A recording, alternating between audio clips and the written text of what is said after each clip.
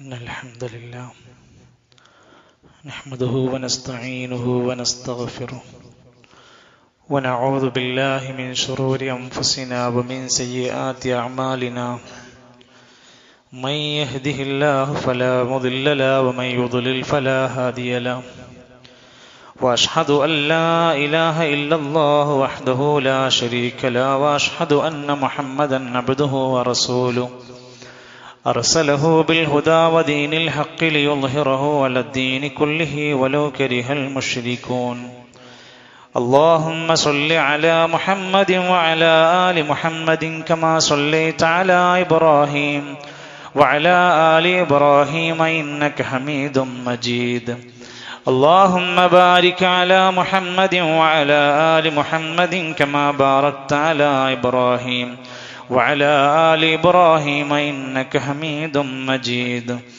أما بعد فإن خير الكلام كلام الله وخير الهدي هدي محمد صلى الله عليه وسلم وشر الأمور محدثاتها وكل محدثة بدعة وكل بدعة ضلالة وكل ضلالة في النار أيها الإخوة والأخوات أوصيكم وإياي أولا بتقوى الله يا أيها الذين آمنوا اتقوا الله حق تقاته ولا تموتن إلا وأنتم مسلمون أعوذ بالله من الشيطان الرجيم منها خلقناكم وفيها نعيدكم ومنها نخرجكم تارة أخرى. ബഹുമാന്യരായ സഹോദരങ്ങളെ, സത്യവിശ്വാസികളെ, അല്ലാഹു സുബ്ഹാനഹു വ തആലയുടെ മതമായ ഇസ്ലാമിൻ്റെ നിയമനിർദ്ദേശങ്ങൾ പാലിച്ചുകൊണ്ട് അവസാനത്തെ പ്രവാചകനായ റസൂൽ കരീം സല്ലല്ലാഹു അലൈഹി വസല്ലം പഠിപ്പിച്ച ദീനിനെ കാര്യഗൗരവത്തോടെ മനസ്സിലാക്കി ജീവിതത്തിൽ കൊണ്ടു നടക്കുവാൻ നാം ഓരോരുത്തരും ആത്മാർത്ഥമായി പരിശ്രമിക്കണമെന്ന് എന്നെയും നിങ്ങളെയും ഓർമ്മപ്പെടുത്തുകയാണ്, വസിയത്ത് ചെയ്യുകയാണ്. അള്ളാഹുവിൻ്റെ അനുഗ്രഹങ്ങൾക്ക് നന്ദി കാണിച്ച് നല്ലവരായി ജീവിക്കുന്ന ആളുകളിൽ നമ്മെ എല്ലാം അള്ളാഹു ഉൾപ്പെടുത്തി അനുഗ്രഹിക്കുമാറാകട്ടെ. ഒരു മനുഷ്യന്റെ ജീവിതത്തിലെ ജനനം എത്രമാത്രം സത്യമാണ്, അതുപോലെ അവന്റെ മരണവും സത്യമാണ്. ഉലമാക്കന്മാർ പറയാറുണ്ട്, 4 വീടുകളിൽ ഒരു മനുഷ്യൻ താമസിക്കണം. ഒന്നാമത്തെ വീട് മാതാവിന്റെ ഗർഭപാത്രത്തിനകത്താണ്. അത് ഒരു മാക്സിമം 9-10 മാസക്കാലമാണ് അതിന്റെ കാലാവധി. അത് കഴിഞ്ഞാൽ അയാൾ പുറത്ത് വരണം, ഇല്ലെങ്കിൽ സർജറി ചെയ്ത് അയാളെ പുറത്തെടുക്കണം കുഞ്ഞിനെ. എന്നാൽ രണ്ടാമത്തെ അവന്റെ താമസ സ്ഥലം ഈ ദുനിയാവാണ്. ഈ ദുനിയാവിൽ അവൻ എപ്പോൾ ജനിക്കുന്നുവോ ആ സമയം മുതൽ അവന്റെ മരണം വരേക്കും അവന് താമസിക്കാനുള്ള വീടാണ് ദുനിയാവ്. ആയുസ്സിന്റെ ഏറ്റക്കുറച്ചിലുകളൊക്കെ ഉണ്ടാകും. അവസാനത്തെ ഉമ്മത്തായ പ്രവാചകന്റെ ഉമ്മത്തിനെ കുറിച്ച് പറഞ്ഞത് 60-ന്റെയും 70-ന്റെയും ഇടയിലാണ് അവരുടെ ആയുസ്. അതുകൊണ്ട് തന്നെ ഈ ദുനിയാവിൽ ജീവിക്കുന്ന മനുഷ്യൻ ഏത് സമയവും ഇവിടെ നിന്ന് അടുത്ത വീട്ടിലേക്ക് താമസം മാറണം. ഇത് സ്ഥിര വീടല്ല, ഇത് ദാറുൽ ഫനാ, നശിക്കുന്ന വീടാണ്. ഇത് പൊളിയുന്ന വീടാണ്. ഇവിടെ ആരും സ്ഥിരതാമസമില്ല. ഇനി മൂന്നാമതൊരു വീട്ടിലേക്ക് എല്ലാ മനുഷ്യരെയും മാറ്റണം, മാറി താമസിച്ചേ പറ്റൂ. അത് ബർസഖാണ്. ഖബർ എന്ന് നമ്മൾ വിശേഷിപ്പിക്കുന്ന ആ ലോകം, പിന്നീട് ഉയർത്തെഴുന്നേൽപ്പ് നാള് വരെ അയാൾ താമസിക്കുന്ന ഇടത്തിന് പറയുന്ന പേരാണ് ബർസഖ്. ഈ ഖബർ മുതൽ ആ പരലോകത്ത് എഴുന്നേൽക്കുന്നത് വരെയുള്ള ഒരു മറയായിട്ടാണ് ഖുർആൻ അതിനെ പരിചയപ്പെടുത്തിയത്. വമിൻ വറാഇഹിം ബർസഖുൻ ഇലാ യൗമി യുബ്അസൂൻ. ഉയർത്തെഴുന്നേൽപ്പ് നാൾ വരെ അവന്റെ പിന്നിൽ ഒരു മറയുണ്ട്. ആ മറയാണ് ബർസഖ്.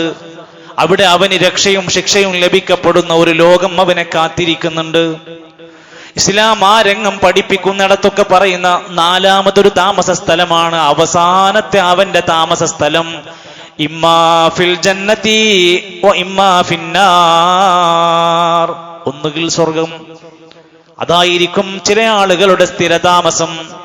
വഇമ്മാ ഫിന്നാർ, ചിലരുടെ സ്ഥിരതാമസം നരകമായിരിക്കും. അതാണ് അവസാനത്തെ വീട്. ആ നിലക്ക് നമ്മൾ ചിന്തിച്ചാൽ ആ വിശാലമായ പരലോകത്തേക്കുള്ള നമ്മുടെ ചെറിയ ചെറിയ ഇടത്താവളങ്ങൾ മാത്രമാണ് ദുനിയാവ്. അതുകൊണ്ട് തന്നെ ഇവിടെ ജീവിക്കുന്ന മനുഷ്യന്റെ മരണത്തെക്കുറിച്ചും മരണാനന്തര കർമ്മങ്ങളെക്കുറിച്ചും ഇസ്ലാം ഗൗരവത്തോടെ പഠിപ്പിച്ചു കൊടുത്തു. ആ മരണം പോലും മറ്റൊരു താമസ സ്ഥലത്തേക്കുള്ള മാറി താമസിക്കലാണ്. കുളിപ്പിച്ച് വൃത്തിയാക്കി അവനെ കഫൻ പുടവയിൽ പൊതിഞ്ഞ് 6 അടി മണ്ണിലേക്ക് അവനെ ഇറക്കി വെക്കുന്നു. ആ മണ്ണിനെ കുറിച്ചാണ് വിശുദ്ധ ഖുർആൻ സൂറത്ത് ത്വാഹയിലെ 55-ാമത്തെ ആയത്തിൽ മിൻഹാ ഖലഖനാകും, നിങ്ങളെ നാം അതിൽ നിന്നാണ് സൃഷ്ടിച്ചത്. ആദം നബി അലൈഹിസ്സലാമിന്റെ ജീവിത ചരിത്രം തുടക്കം കുറിക്കുന്നത് മണ്ണിന്റെ സത്തയിൽ നിന്നാണ്. അതുകൊണ്ട് മനുഷ്യന്റെ സൃഷ്ടിപ്പ് മണ്ണിൽ നിന്നാണ്. വഫീഹാ നുഈദുകും, അവസാനം മനുഷ്യരൊക്കെ ചേർന്ന് പോകുന്നതും ആ മണ്ണിലേക്കാണ്. അവിടെ അവസാനിക്കൂല. വമിൻഹാ നുഖ്രിജുകും താറതൻ നുഖ്റാ, ഒരിക്കൽ കൂടെ ആ മണ്ണിൽ നിന്ന് അവനെ പുറത്ത് കൊണ്ടുവരുന്നതാണ്. ഈ ഓർമ്മപ്പെടുത്തൽ നമുക്ക് ഇടയ്ക്കിടയ്ക്ക് ആവശ്യമാണ്. അതുകൊണ്ട് ഫിഖ്ഹിന്റെ കിതാബുകളിൽ ജനാസയുമായി ബന്ധപ്പെട്ട വിശദീകരണങ്ങൾ ഒരുപാട് കൊടുത്തിട്ടുണ്ട്. അതൊക്കെ ഒന്ന് വായിച്ചു നോക്കിയാൽ നമ്മൾ എത്രമാത്രം ഈ വിഷയത്തിൽ ആ ഒരു ജനാസയുമായി ബന്ധപ്പെട്ട കാര്യങ്ങൾ മാത്രം എത്ര പഠിക്കാനുണ്ട്. ഒരു വിഷയം അങ്ങനെ 100 കണക്കിന് വിഷയങ്ങൾ നമുക്ക് പഠിക്കാനുണ്ട് എന്ന ബോധ്യം നമുക്ക് വേണം.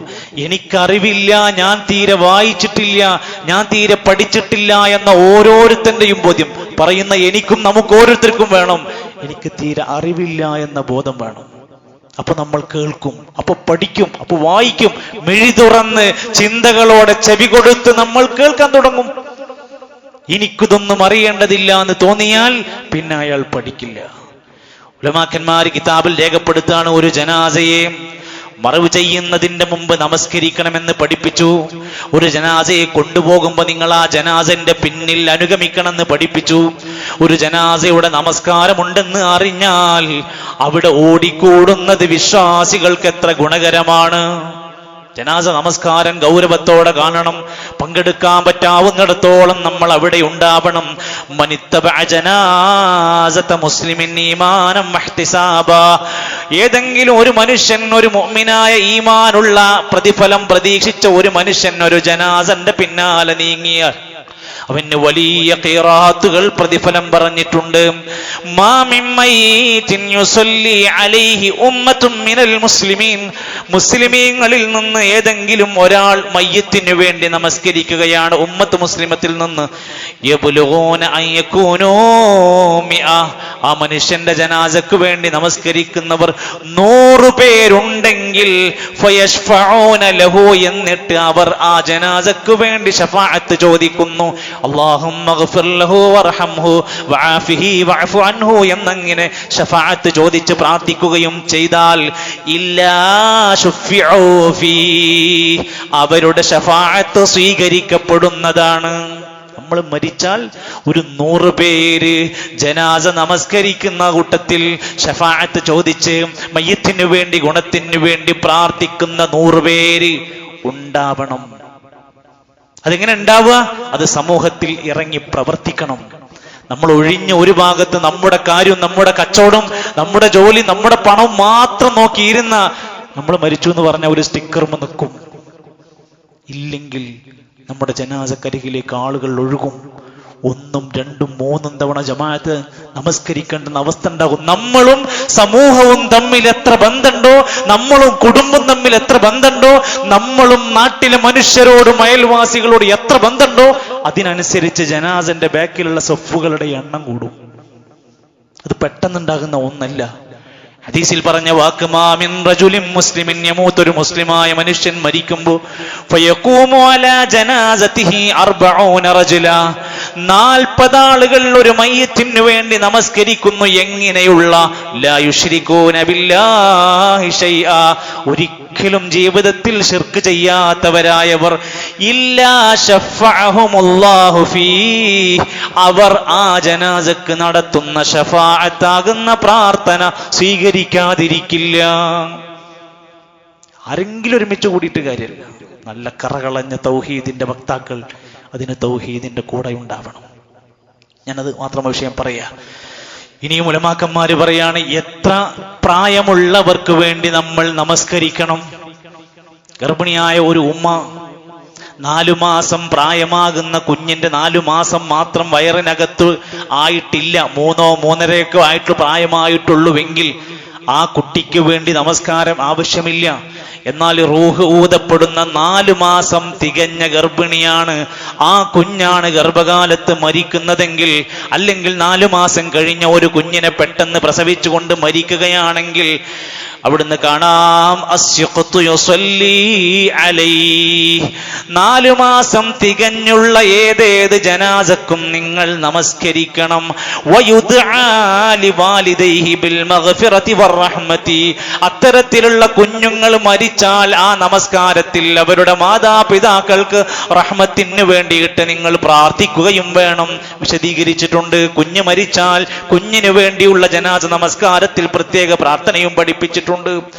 അതുപോലെ തന്നെ നാട്ടിൽ പല തരത്തിലുള്ള പല കാറ്റഗറിയിലുള്ള ജനാസകൾ വരാറുണ്ട്. അതിൽ എപ്പോഴൊക്കെ പല ആളുകളും സംശയമായി ചോദിക്കാറുണ്ട്, ആത്മഹത്യ ചെയ്ത് ജനാസ വന്നാൽ ഞങ്ങൾ എന്താ ചെയ്യേണ്ടത്? പലരും വിളിക്കും, കുടുംബക്കാരൊക്കെ വിളിക്കും, നിസ്കരിക്കാൻ പറ്റുമോ? റസൂലുള്ളാഹി സ്വല്ലല്ലാഹു അലൈഹി വസല്ലമയുടെ കാലഘട്ടത്തിൽ സമാനമായ ഒരു സംഭവം നടന്നു. ഒരു വ്യക്തി ജനാസ കൊണ്ടുവരപ്പെട്ടു, ആത്മഹത്യ ചെയ്യപ്പെട്ടവനായിരുന്നു. ഉത്തിയൻ നബിയു സ്വല്ലല്ലാഹു അലൈഹി വസല്ലം ബിറജുലിൻ, ഒരാളെ കൊണ്ടുവരപ്പെട്ടു. ഖതല നഫ്സഹു, അയാൾ ആത്മഹത്യ ചെയ്തവനാണ്. ബിമശാഖിസ, അങ്ങനെ ഫലം യുസല്ലി അലൈഹി, നബി സല്ലല്ലാഹു അലൈഹി വസല്ലം എന്ന അവരുടെ നേതാവ്, അന്നത്തെ അവരുടെ ഇമാമായി നിൽക്കേണ്ട നബി തങ്ങൾ ആ ജനാസക്ക് വേണ്ടി നമസ്കരിച്ചില്ല. എന്നാൽ ചുറ്റും കൂടിയ സ്വഹാബത്ത്, അദ്ദേഹത്തിന്റെ ബന്ധുക്കൾ, പ്രിയപ്പെട്ട അയൽവാസികൾ അവർ നമസ്കരിക്കുന്നുണ്ട്. അവരെ നബി തങ്ങൾ ഒരിക്കലും തടഞ്ഞിട്ടില്ല. എന്താ പഠിക്കേണ്ടത്? ആത്മഹത്യ ചെയ്ത ജനാസക്ക് ഒരു നാട്ടില് ബഹുമാനിക്കപ്പെടുന്ന നേതാക്കന്മാർ, ഇമാമിങ്ങൾ നിന്ന് നമസ്കരിക്കാതിരിക്കാം. സാധാരണക്കാരായ കുടുംബക്കാർ അവർക്ക് നമസ്കരിക്കാം എന്ന് ഉലമാക്കന്മാർ അതിന്റെ അടിസ്ഥാനത്തിലാണ് പറയുന്നത്. ഒരു കാര്യം കൂടെ മനസ്സിലാക്കണം, 2024 കഴിഞ്ഞിരിക്കുന്ന 2025 അവസാനത്തേക്ക് എത്താം. കഴിഞ്ഞ വർഷത്തെ കണക്ക് റിപ്പോർട്ടുകൾ വന്നപ്പോൾ കേരളത്തിൽ 10,779 ആത്മഹത്യ നടന്നു. നമ്മളെ ഒറ്റ കേരളമാകുന്ന ഒരൊറ്റ സംസ്ഥാനത്ത്. നിങ്ങൾ എന്തൊക്കെ പുരോഗതി ഉണ്ട്, എന്തൊക്കെ വലിയ സംസ്കാരമുണ്ട് എന്നൊക്കെ പറഞ്ഞാലും മാറ്റമില്ലാത്ത ഒന്നുണ്ട്, മനുഷ്യന്റെ കോൺഫിഡൻസ്, മനുഷ്യന്റെ മനോനില, മനുഷ്യന്റെ സമ്മർദ്ദങ്ങൾ. ഇത് ഇപ്പോഴും ഇവിടെ അവസാനിച്ചിട്ടില്ല എന്നും എത്ര നമ്പർ 1 എന്ന് പറഞ്ഞാലും ഈ കണക്കുകൾ നമ്മുടെ മുമ്പിലുള്ള ചോദ്യചിഹ്നമാണ്. ഈ ആത്മഹത്യാ കണക്കുകളുടെ കൂട്ടത്തിൽ 10 പേരെ എടുത്താൽ 8 പേര് പുരുഷന്മാരാണ്. നല്ല നെഞ്ചൂക്കുള്ള മനുഷ്യന്മാരാണ്, നല്ല ആരോഗ്യവാന്മാരാണ്. മനസ്സിനെ പിടിച്ചു നിർത്താൻ കഴിയാത്ത അവസ്ഥയുണ്ട്. എന്ത് കാരണം കൊണ്ടാണ് ഇത്രയും ആത്മഹത്യ? ഒന്നാമത്തെ കാരണം കുടുംബ പ്രശ്നങ്ങളായിരുന്നു. സർക്കാർ പുറത്തുവിട്ട കണക്ക് ഞാൻ വായിച്ചത്. കുടുംബ പ്രശ്നങ്ങളാണ്. എന്തിനാണ് ഇടക്കിടക്ക് ഇത്തരത്തിലുള്ള ഉത്ബോധനങ്ങൾ കുടുംബങ്ങൾക്ക് കൊടുക്കണമെന്ന് പറയാനുള്ള കാരണം? കുടുംബ പ്രശ്നങ്ങളാണ് സമൂഹത്തിന് അലട്ടിക്കൊണ്ടിരിക്കുന്ന വലിയ വിപത്ത്. കടബാധ്യത നമ്മുടെ സംസാരത്തിൽ വരുന്ന സാധനങ്ങളാ. തൊഴിലില്ലായ്മ, പിന്നെ മറ്റു വ്യക്തി സംഘർഷങ്ങൾ, ലഹരി, ഇങ്ങനെ പല കാരണങ്ങൾ ഇതിന്റെ കൂട്ടത്തിൽ നമുക്ക് കാണാൻ സാധിക്കുന്നുണ്ട്. അതുകൊണ്ട് തന്നെ മറ്റൊരു കണക്ക് നമ്മൾ ഞെട്ടിക്കുന്നതാണ്. 18 വയസ്സിന്റെയും 44 വയസ്സിന്റെയും ഇടയിൽ ആത്മഹത്യ ചെയ്തവർ 28%. ഏറ്റവും നല്ല യൗവനത്തിന്റെ പ്രസരിപ്പിൽ ജീവിക്കേണ്ടുന്ന മനുഷ്യർ ജീവനൊടുക്കുന്ന കാലം. ഇക്കഴിഞ്ഞ മിനിഞ്ഞാന്ന് തിരുവനന്തപുരത്ത് 8ാം ക്ലാസ്സുകാരൻ ആത്മഹത്യ ചെയ്തിരിക്കുന്നു. 8ാം ക്ലാസ്സുകാരന്റെ ഒക്കെ മനസ്സിലേക്ക് ആരാണ് ഈ ചിന്തകൾ ഇട്ടുകൊടുക്കുന്നത്? ഇങ്ങനെ ജീവിതം നശിപ്പിക്കാൻ പറ്റും? ജീവിതം നശിപ്പിക്കലാണ് എല്ലാ പ്രശ്നങ്ങൾക്കുള്ള പരിഹാരമെന്ന് ആരാണ് ഇട്ടുകൊടുത്തത്? അതിന് നമ്മുടെ സോഷ്യൽ മീഡിയക്കൊക്കെ വലിയ പങ്കുണ്ട് എന്ന് മാത്രം ഞാൻ പറയാൻ ആഗ്രഹിക്കാം. സുഹൃത്തുക്കളെ, റസൂലുള്ളാഹി സ്വല്ലല്ലാഹു അലൈഹി വസല്ലമ ജീവിച്ചിരുന്ന കാലത്ത് പലതരത്തിലുള്ള ജനാസകൾ ഉണ്ടായിട്ടുണ്ട്. മറ്റൊരിക്കൽ ഒരു ജനാസ കൊണ്ടുവന്നു. ആ ജനാസക്ക് ശിക്ഷാ നടപടി സ്വീകരിച്ചതാണ്. വ്യഭിചാരത്തിന്റെ ശിക്ഷ, എറിഞ്ഞു കൊല്ലണം. എറിഞ്ഞു കൊല്ലുക എന്ന ശിക്ഷാ നടപടി അവർ പൂർത്തീകരിച്ചു സഹാബത്ത്. അങ്ങനെ എറിയുമ്പോൾ ഒരിക്കലും ആ വ്യക്തിനെ ആക്ഷേപിക്കാൻ പാടില്ല, ചീത്ത വിളിച്ചുകൊണ്ട് എറിയാൻ പാടില്ല. ഇസ്ലാമിക നിയമമാണ്. അങ്ങനെ എറിഞ്ഞ ആ മനുഷ്യൻ മരണപ്പെട്ടു.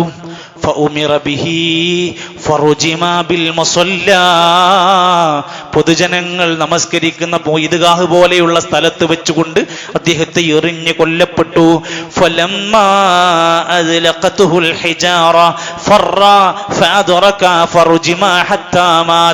ഏറ് കിട്ടിയിട്ട് അദ്ദേഹം ഓടി രക്ഷപ്പെടാനുള്ള ഒരു സംവേദന കൊണ്ട് പോകുന്നുണ്ട്. പക്ഷേ അദ്ദേഹം മരിക്കുന്നത് വരെ അദ്ദേഹത്തെ എറിയുകയാണ്.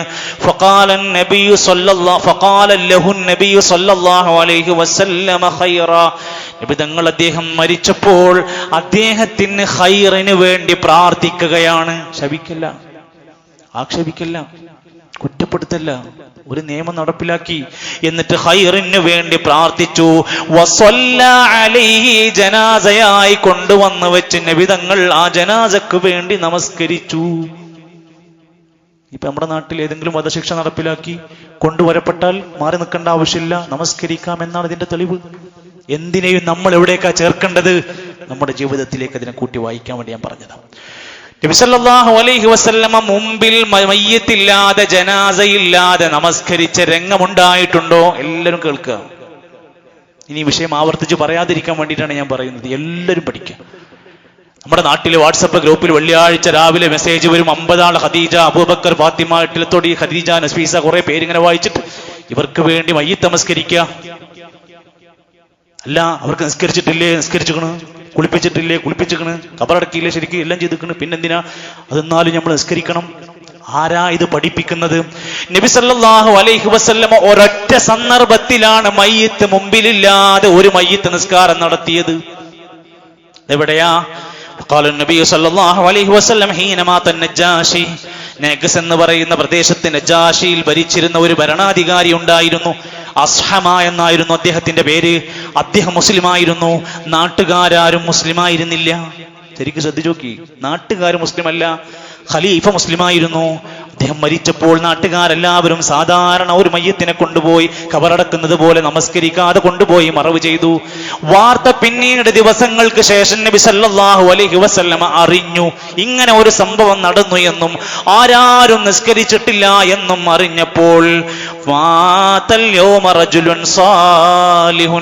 നബി സ്വഹാബത്തിനെ എല്ലാവരെയും വിളിച്ചിട്ട് പറയാണ്, ഇന്നാലിന്ന നാട്ടിൽ ഒരു രാജാവ്, ഒരു സാലിഹായ മനുഷ്യൻ മരിച്ചിട്ടുണ്ട്.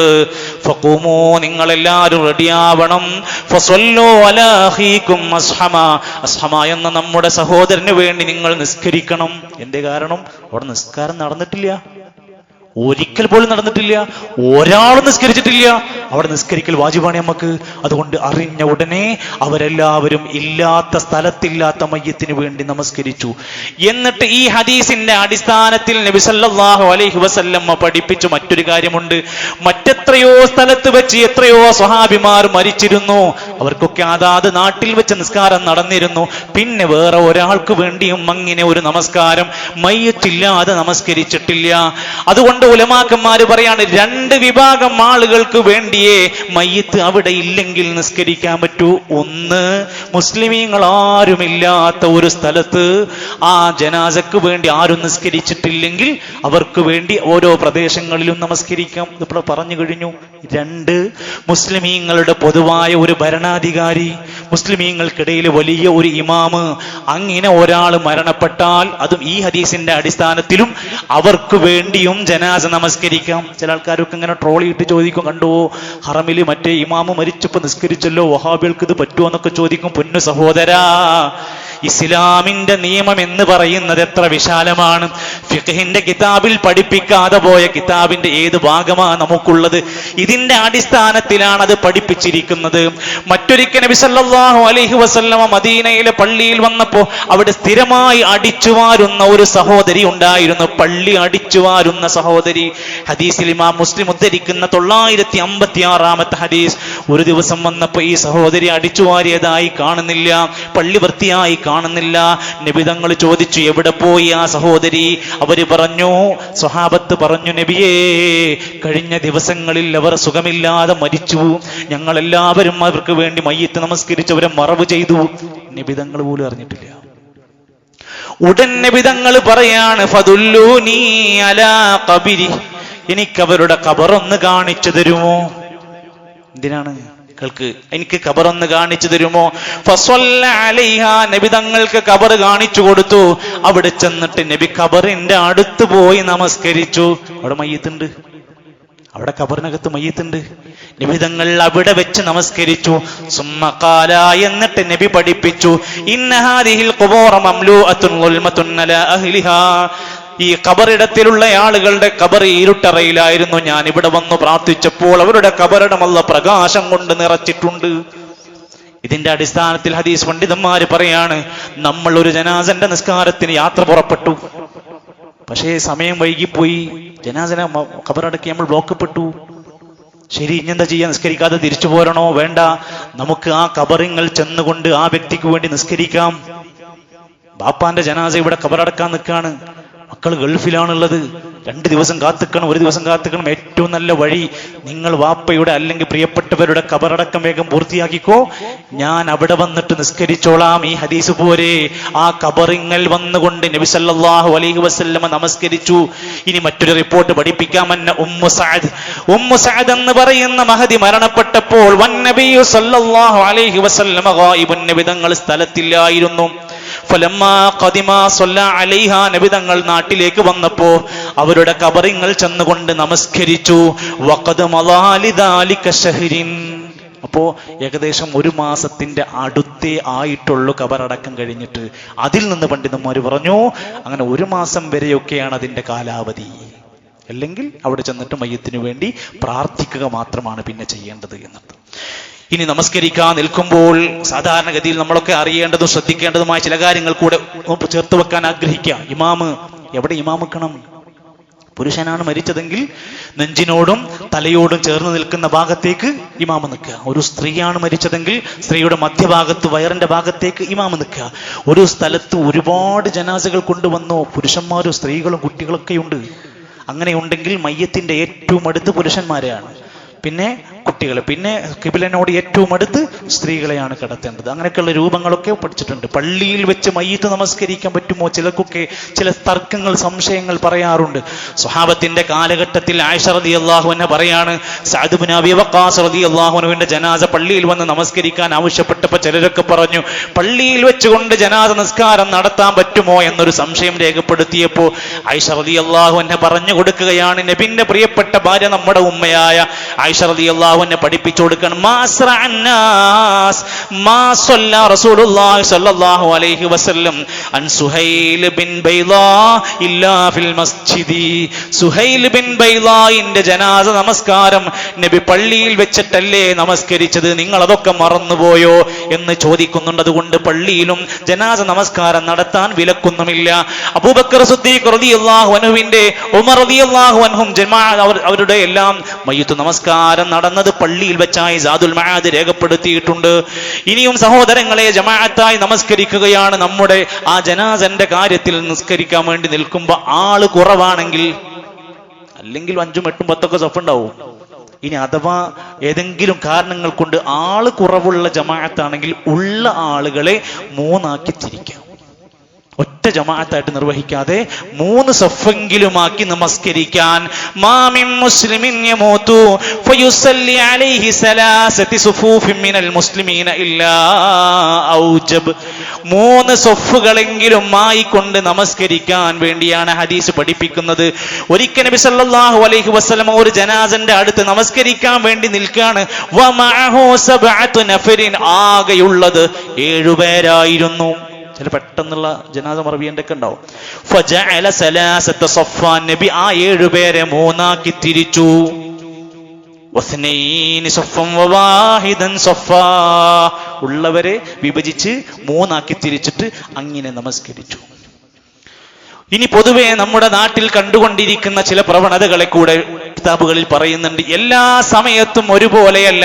നോർമലി ഒരു മയ്യത്തിനെ എപ്പ വേണമെങ്കിലും ഒരാൾക്ക് മറവ് ചെയ്യാം, 3 സമയത്തൊഴികെ.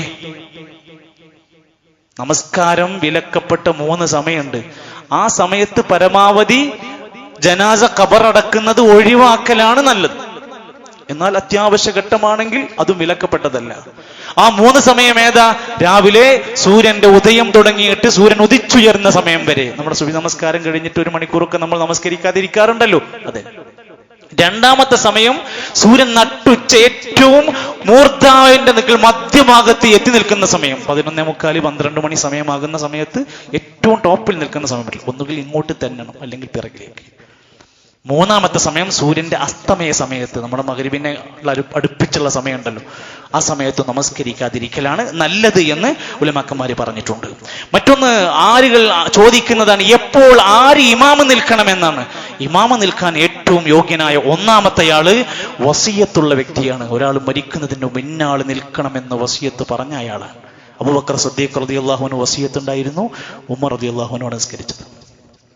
ഉമർ റളിയല്ലാഹുവിന്റെ വസിയത്ത് ഉണ്ടായിരുന്നു, സുഹൈബ് റളിയല്ലാഹുവിനെ നിയമിച്ചത്. മഹാനായ ഇബ്നു മസ്ഊദ് റളിയല്ലാഹു അൻഹു മരിക്കുമ്പോൾ വസിയത്ത് ഉണ്ടായിരുന്നു, സുബൈർ ഇബ്നു അവ്വാം റളിയല്ലാഹു അൻഹു നിസ്കരിച്ചത്. ആയിഷ ഉമ്മ റളിയല്ലാഹു അൻഹ മരിക്കുമ്പോൾ വസിയത്ത് ഉണ്ടായിരുന്നു, അബൂ ഹുറൈറ റളിയല്ലാഹു അൻഹു നിസ്കരിച്ചത്. അപ്പൊ 1ാമത്തെ സ്ഥാനം വസിയത്താണ്. 2ാമത്തെ സ്ഥാനം ഒരു നാട്, ഒരു ഇസ്ലാമിക ഭരണാധികാരി ഉള്ള ഒരു സ്ഥലത്താണെങ്കിൽ ആ അമീർ നിശ്ചയിക്കുന്ന ഒരാളുണ്ടാകും, അയാളെ നിൽക്കുക. ഇപ്പം തള്ളി മറിച്ചിട്ട് മക്കൾക്ക് കയറിക്കാനൊന്നും പറ്റൂല, അവിടെ ഒരു അമീറിനാണ് സ്ഥാനം. 3, ഒരു പള്ളിയിൽ കൊണ്ടുപോയാണ് ജനാസ നമസ്കരിക്കുന്നതെങ്കിൽ ആ പള്ളിയിലുള്ള ഇമാമിനാണ് അതിന്റെ ഇൻചാർജ്. അദ്ദേഹത്തോട് ചോദിച്ചോ അനുവാദമോ ഇല്ലാതെ മറ്റൊരാള്, ഒരു ഫർദ് നമസ്കാരമാണെങ്കിൽ പോലും ശ്രദ്ധിക്കേണ്ടതാണ് മറ്റൊരാൾ ഇമാമ് നിൽക്കുന്നത്. അതുകൊണ്ട് ആ നമസ്കാരത്തിലും അദ്ദേഹത്തിനാണ് പ്രാധാന്യമുള്ളത് എന്നർത്ഥം. പിന്നീട് ഉലമാക്കന്മാര് രേഖപ്പെടുത്തുകയാണ്, ഒരു മനുഷ്യൻ ഈ ലോകത്തുനിന്ന് വിട പറഞ്ഞുകൊണ്ട് 6 അടി മണ്ണിലേക്ക് ഇറക്കി വെക്കുമ്പോൾ ഇതിന് പറ്റുന്ന സ്ഥലമായിട്ടാണ് അല്ലാഹ് മണ്ണ് തെരഞ്ഞെടുത്തത്. അലം നജഅലിൽ അർള കിഫാത, നിങ്ങൾക്ക് ഈ ഭൂമി മതിയായതല്ലേ? അഹ്യാഅം വ അംവാത, ജീവിച്ചിരിക്കുന്നവർക്കും മരിക്കുന്നവർക്കും പാകത്തിന് എല്ലാവർക്കും പറ്റും. ജീവിക്കുന്ന കാലം മണ്ണിന്റെ മേലെ, ജീവിതം കഴിഞ്ഞ മണ്ണിന്റെ താഴെ. പിന്നീട് അവനെ മരിപ്പിക്കുന്നു, പിന്നീട് അവനെ ഖബറടക്കുന്നു.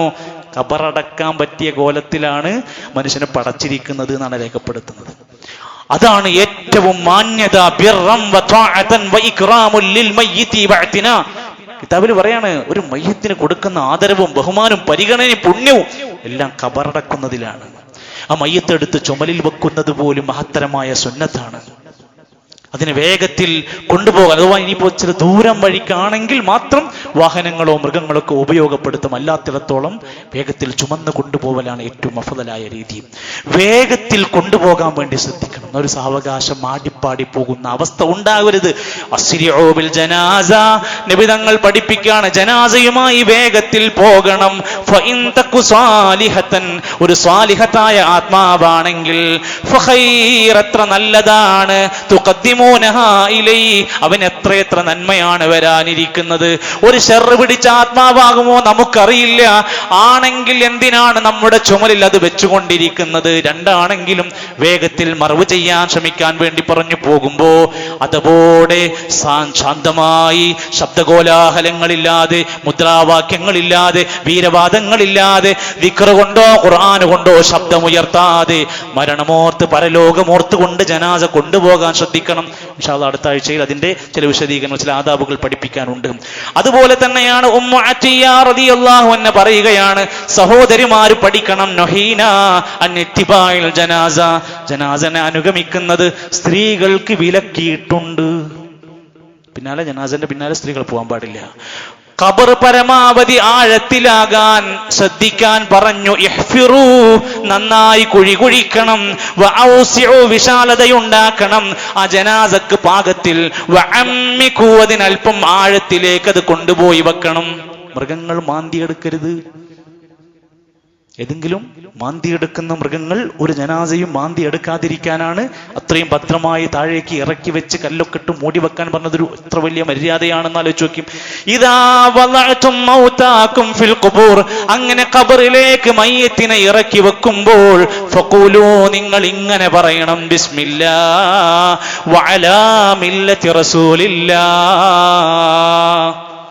എല്ലായിടത്തും ഇസ്ലാം അദബ് പഠിപ്പിച്ചു, മര്യാദയുണ്ട്. ബിസ്മില്ലാഹ് വഅലാ മില്ലത്തി റസൂലില്ലാഹ് എന്ന് പറഞ്ഞുകൊണ്ടായിരിക്കണം ഖബറിലേക്ക് ഇറക്കി വെക്കുന്നത്. അതൊക്കെ മറന്ന് നമ്മൾ മുൽക്ക് ഓതിക്കൊണ്ടിരിക്കുന്നു, ചിലർ യാസീൻ ഓതിക്കൊണ്ടിരിക്കുന്നു, വേറെ ചിലർ എന്തൊക്കെയോ ഓതിക്കൊണ്ടിരിക്കുന്നു. ഇസ്ലാം പഠിപ്പിക്കുന്ന ആ നിബിതങ്ങളുടെ ഒരു സുന്നത്തിന്റെ മാതൃക ഒരു മേഖലയിലും വിട്ടുപോകാതിരിക്കാൻ പഠനം ആവശ്യമാണ്, തിരിച്ചറിവ് ആവശ്യമാണ്, വായന ആവശ്യമാണ്.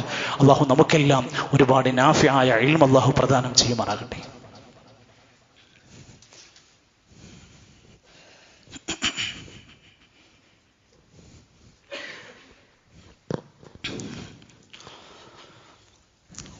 അൽഹംദുലില്ലാഹി റബ്ബിൽ ആലമീൻ والعاقبة للمتقين ولا عدوان إلا على الظالمين والصلاة والسلام على رسوله الأمين وعلى آله وصحبه وسلم تسليما كثيرا أما بعد فاتقوا الله عباد الله أوصيكم وإياي ثانيا بتقوى الله. ഒരിക്കൽ കൂടി അള്ളാഹുവിൻ്റെ നിയമനിർദ്ദേശങ്ങൾ പാലിച്ചുകൊണ്ട് സൂക്ഷ്മതയുള്ള ജീവിതത്തിന് തയ്യാറാകണേ എന്ന് എന്നെയും നിങ്ങളെയും ഓർമ്മപ്പെടുത്തുകയാണ്. അള്ളാഹു നമ്മെ എല്ലാം സഹായിക്കുമാറാകട്ടെ.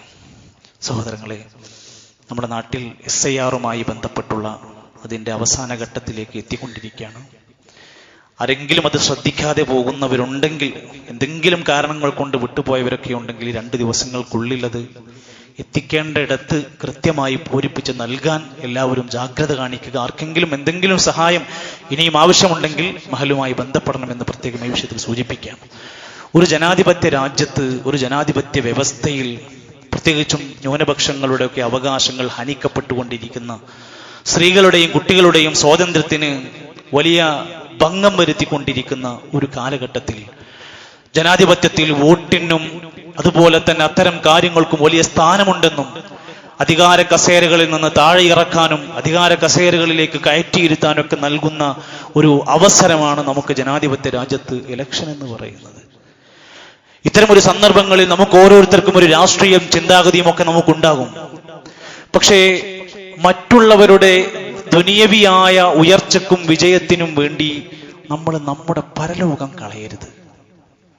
ഇലക്ഷൻ വന്നാ പിന്നെ മതൊന്നും പ്രശ്നമില്ല, പിന്നെ മതചിഹ്നങ്ങൾക്ക് വിലയില്ല, പിന്നെ മതത്തിന്റെ മര്യാദകളൊന്നും പാലിക്കാനില്ല, അതൊക്കെ രാഷ്ട്രീയല്ലേ എന്ന് പറഞ്ഞുകൊണ്ട് എല്ലാ വേണ്ടാത്തതിന്റെയും കുപ്പായം അണിയാൻ ഒരു മുസ്ലിമായ രാഷ്ട്രീയക്കാരന് പാടില്ല. അതിലേറ്റവും ശ്രദ്ധേയമായ ഒന്നാമത്തെ കാര്യം, നമ്മുടെ സംസാരത്തിൽ മറ്റൊരാളെ കുറിച്ച്, മറ്റു എതിർ സ്ഥാനാർത്ഥിയെ കുറിച്ച്, മറ്റേതെങ്കിലും പാർട്ടിയെ കുറിച്ച് ഗീബത്ത്, നമീമത്ത് തുടങ്ങിയ ഗൗരവമായ പ്രയോഗങ്ങൾ വരാൻ പാടില്ല. ലൈംഗിക അപവാദങ്ങൾ യാതൊരു കാരണവശാലും സാക്ഷികളില്ലാതെ, തെളിവുകളില്ലാതെ പ്രചരിപ്പിക്കാൻ പാടില്ല. ഇത് എപ്പോഴത് ഏത് കാലഘട്ടത്തിലും നമുക്ക് ബാധകമാണ് എന്ന കാര്യം ഓർക്ക. ഇമാം നബവി റഹ്മത്തുള്ളാഹി അലൈഹി പറഞ്ഞ വാക്ക്, നഖ്ലു കലാമിൻ നാസി ബഅദിഹിം ഇലാ ബഅദ് അലാ ജിഹത്തിൽ ഇഫ്സാദി, ജനങ്ങളുടെ സംസാരം അവർക്കിടയിൽ കുഴപ്പമുണ്ടാക്കാനായി പരസ്പരം എത്തിക്കുന്ന പണിയാണ് നമീമത്ത്. നിനക്കത് ചെയ്യാൻ ഒരു അധികാരവുമില്ല. മഹദി അസ്മാഹ ബിൻതി യസീദ് റളിയല്ലാഹു അൻഹ ഉദ്ധരിക്കുന്ന ഹദീസ് ഈ സന്ദർഭത്തിൽ എല്ലാവരും ഒന്ന് മനസ്സിൽ വെക്കേണ്ട ഹദീസാണ്. വഖാല നബി സല്ലല്ലാഹു അലൈഹി വസല്ലം, ഒരിക്കൽ നബി തങ്ങൾ പറയാണ്, അഫലാ ഉഖ്ബിറുക്കും ബിശറാരിക്കും, നിങ്ങളുടെ കൂട്ടത്തിലെ ഏറ്റവും ഷർറായവരെ കുറിച്ച് ഞാൻ പറഞ്ഞു തരട്ടെ. ഖാലു, അവിടുന്ന് സ്വഹാബത്ത് പറഞ്ഞു, നബിയേ ബലാ, പറഞ്ഞു തരൂ നബിയേ. ഒന്ന്, അൽ മശാഊന ബിൻ നമീമ, ഏഷണി പ്രചരിപ്പിച്ച് നടക്കുന്നവരാണ്. എല്ലാ രംഗത്തും ബാധക. 2 അൽ മുഫ്സിദൂന ബൈനൽ അഹിബ്ബ, പരസ്പരം സ്നേഹിക്കുന്നവർക്കിടയിൽ ഫസാദ് ഉണ്ടാക്കുന്നവരാണ് ഭൂമിയിലെ ഏറ്റവും ശർറ് പിടിച്ച മനുഷ്യന്മാർ. 3 അൽ ബാഊന അൽ ബറാ അൽ അനത, നിരപരാധികളായവരുടെ നാശം കൊതിക്കുന്നവരാണ് ഭൂമിയിലെ ഏറ്റവും ശർറായവർ. നമ്മൾ ശർറിന്റെ ആളുകളായി മാറരുത്. മറ്റൊരു കാര്യം, തെരഞ്ഞെടുപ്പാണ്, ഇലക്ഷനാണ്. സ്ത്രീകൾക്ക് ഒരുപാട് സംവരണമുള്ള ഒരു സംവിധാനത്തിലാണ് നമ്മൾ മുന്നോട്ട് പോകുന്നത്. സ്ത്രീകൾ അവരുടെ മാന്യത പാലിക്കണം. അവരുടെ ഫോട്ടോകളും ചിത്രങ്ങളൊക്കെ വരുമ്പോൾ വല്ലാത്ത സൂക്ഷ്മത ആവശ്യമാണ്. അവർ പൊതുരംഗത്ത് ഇറങ്ങുമ്പോൾ പാലിക്കേണ്ട ഇസ്ലാമിക മര്യാദകൾ എല്ലാവരും പൊതുവിലായി പാലിക്കണമെന്ന് പ്രത്യേകം ഓർമ്മപ്പെടുത്തുകയാണ്. അധികാരമോഹം ഒരിക്കലും നമ്മുടെ ഒരാളുടെയും ഉള്ളിൽ കയറി വരരുത്. ആ കുപ്പായം മോഹിച്ച് നടക്കരുത്. കാരണം എന്താ? അബൂബക്കർ സിദ്ദീഖ് റളിയല്ലാഹു അൻഹു, ഉമർ റളിയല്ലാഹു അൻഹു മജ്മഈൻ അവർക്ക് ഖലീഫ സ്ഥാനം കിട്ടിയവരാണ്. അവർ പലപ്പോഴും പറയും, എന്നെ ആക്കാതിരിക്കാൻ പറ്റുമോ? എന്നേക്കാൾ നല്ലത് അയാളല്ലേ, എന്നേക്കാൾ നല്ലത് ഇയാളല്ലെന്ന് മറ്റുള്ളവരെ ചൂണ്ടിക്കാണിക്കലായിരുന്നു പതിവ്. അതുകൊണ്ട് അധികാരമോഹം നമ്മുടെ മനസ്സിനകത്ത് കയറി വരാതിരിക്കുക. നിർബന്ധിതമായി ആ സ്ഥാനത്തേക്ക് എത്തേണ്ടി വന്നാലോ, ഇന്നകും സതഹരിസൂന അലൽ ലിമാറ, നിങ്ങൾ നേതൃത്വം കൊതിക്കുന്ന അവസ്ഥയാകരുത്. വസതകൂന നദാമതൻ യൗമൽ ഖിയാമ, നിങ്ങൾ ഖിയാമത്ത് നാളിൽ ഖേദിക്കുന്നവരായി മാറും. ആ രംഗം നമ്മുടെ മനസ്സിൽ ആ ഒരു മര്യാദയുണ്ടാവണം.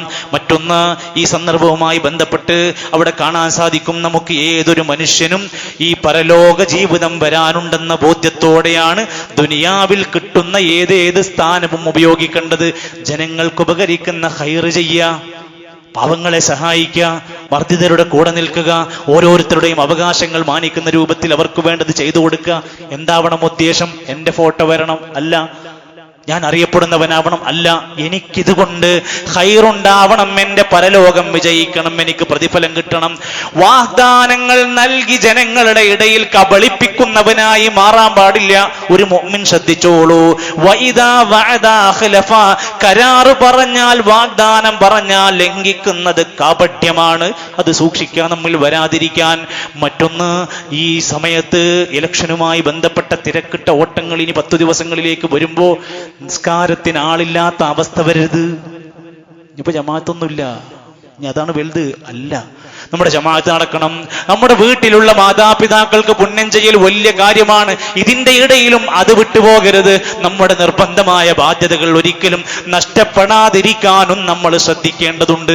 അങ്ങനെ നമ്മുടെ ഈ ചെറിയ ദുനിയാവിന്റെ വിജയലാഭങ്ങൾക്ക് വേണ്ടി വരാനിരിക്കുന്ന വലിയ പരലോകം ഒരിക്കലും നഷ്ടമാകാതിരിക്കാൻ ഇടപെടുന്ന എല്ലാ മേഖലയിലും ഒരു സൂക്ഷ്മത പാലിക്കാൻ കഴിയണം. അല്ലാഹു നമുക്ക് ഈമാനുള്ള തഖ്വയുള്ള നല്ല ജീവിതം നൽകി അനുഗ്രഹിക്കുമാറാകട്ടെ. സഹോദരങ്ങളെ, നമ്മുടെ പ്രിയപ്പെട്ട സഹോദരൻ, നമ്മുടെ പഴയ ഖതീബ് CP സലീം സാഹിബിന്റെ പിതാവ് CP അബ്ദുള്ള സാഹിബ് ഇന്ന് രാവിലെ ഒരു മേജർ സർജറിക്ക് വേണ്ടി വിധേയനായിരിക്കുകയാണ്, ആശുപത്രിയിലാണുള്ളത്. അള്ളാഹു വളരെ വേഗത്തിൽ പൂർണ്ണമായി അദ്ദേഹത്തിന് ആരോഗ്യം തിരിച്ചു കൊടുത്ത് ഷിഫ ഉള്ള ജീവിതം നൽകി ആഫിയത്തുള്ള ഒരു വലിയ അവസരം അള്ളാഹു ഇനിയും നൽകി അനുഗ്രഹിക്കുമാറാകട്ടെ.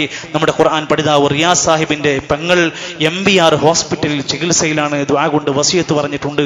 അള്ളാഹു അദ്ദേഹത്തിന്റെ പെങ്ങളുടെ പൂർണ്ണമായ രോഗത്തിന്റെ ഷിഫ വേഗത്തിൽ അള്ളാഹു നൽകി അനുഗ്രഹിക്കുമാറാകട്ടെ. പ്രിയപ്പെട്ട നമ്മുടെ പള്ളിയിലെ സ്ഥിര സാന്നിധ്യമായിരുന്ന അബ്ദുൽ ഖാദർ സാഹിബ്, അദ്ദേഹം കഴിഞ്ഞ ആഴ്ചയിൽ മരണപ്പെട്ടു. അള്ളാഹു അദ്ദേഹത്തിന്റെ മഗ്ഫിറത്തും മർഹമത്തും നൽകുമാറാകട്ടെ. അദ്ദേഹത്തിന്റെ കുടുംബത്തിന് ആശ്വാസവും ക്ഷമയും പ്രതിഫലവും അള്ളാഹു നൽകുമാറാകട്ടെ. നമ്മളൊക്കെ മരിക്കുമ്പോൾ ഈമാനോടെയുള്ള മരണം നമുക്ക് നൽകുമാറാകട്ടെ.